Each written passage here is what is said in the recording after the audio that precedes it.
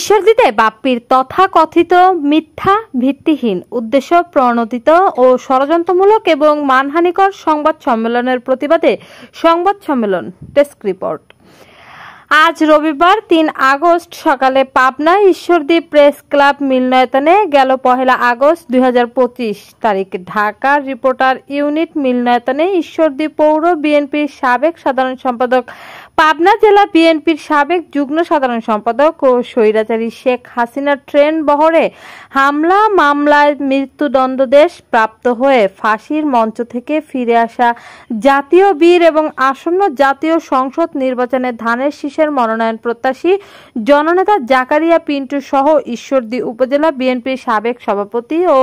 পাবনা জেলা বিএনপির সাবেক সহসভাপতি বীর মুক্তিযোদ্ধা শামসুদ্দিন আহমেদ মালিথা এবং উপজেলা স্বেচ্ছাসেবক দলের সাবেক সদস্য সচিব মেহেদী হাসানের বিরুদ্ধে জুবায়ের হোসেন বাপ্পির তথাকথিত মিথ্যা, ভিত্তিহীন, উদ্দেশ্য প্রণোদিত ও ষড়যন্ত্রমূলক এবং মানহানিকর সংবাদ সম্মেলনের প্রতিবাদে সংবাদ সম্মেলন লিখিত বক্তব্য পাঠ করেন শামসুদ্দিন আহমেদ মালিথা। সাংবাদিকদের বিভিন্ন প্রশ্নের উত্তর দেন পৌর যুবদলের আহ্বায়ক জাকির হোসেন জুয়েল।